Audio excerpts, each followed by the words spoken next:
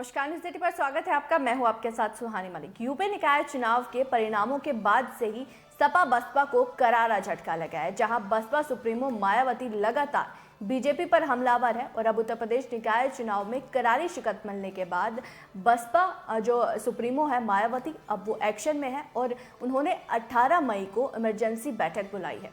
इस बैठक में पार्टी के सभी बड़े नेताओं को शामिल होने के भी निर्देश दिए गए हैं और इस बैठक के जरिए मायावती निकाय चुनाव में मिली हार की समीक्षा करेंगी।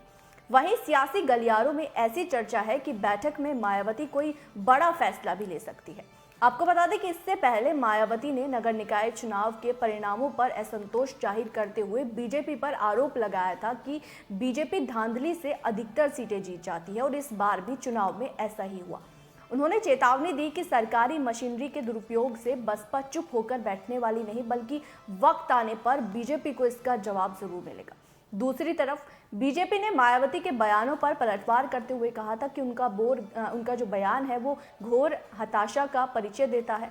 गौरतलब है कि यूपी में निकाय चुनाव में मतगणना में बीजेपी को बड़ी जीत मिली, जहां 17 नगर निगमों के महापौर पद पर एक तरफा जीत बीजेपी ने हासिल की। किसी भी विपक्षी दल को महापौर सीट पर जीत नहीं मिली। नगर पालिका परिषदों और नगर पंचायतों में भी बीजेपी का दबदबा रहा। नगर पालिका चुनाव में 199 सीटों में से बसपा ने 17 सीटों पर तो नगर पंचायत की 544 सीटों में से 44 सीटों पर जीत दर्ज कर पाने में कामयाब रही। इस प्रकार के रिजल्ट ने बसपा की उम्मीदों और रणनीति को धराशायी कर दिया। नगर निगम चुनाव 2017 की अगर हम तुलना करें 2023 के चुनाव से, तो नगर निगम चुनाव 2017 में बसपा ने 2 सीटों पर जीत दर्ज की थी। बसपा को मेरठ और अलीगढ़ मेयर की सीटों पर जीत हासिल हुई थी।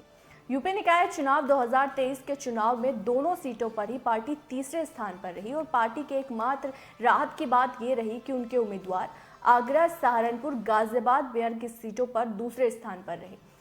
लोकसभा चुनाव अगर 2014 की बात करें तो 0 सीटों पर सिमटने के बाद यूपी निकाय चुनाव 2017 में 2 निगम पर जीत दर्ज करना वापसी के संकेत थे। करीब 1.5 साल बाद हुए लोकसभा चुनाव 2019 में सपा के साथ गठबंधन के बाद पार्टी ने 10 सीटों पर जीत दर्ज की थी, लेकिन निकाय चुनाव का रिजल्ट बसपा के लिए चुनौतीपूर्ण हो गया है। मायावती ने यूपी निकाय चुनाव में अलग ही रणनीति बनाई और बसपा ने शहरी स्थानीय निकाय चुनाव में दलित मुस्लिम कार्ड खेला, जो कि वेस्ट गया। मेयर पद की 17 सीटों में से बसपा ने 11 पर मुस्लिम उम्मीदवारों को मैदान में उतारा था।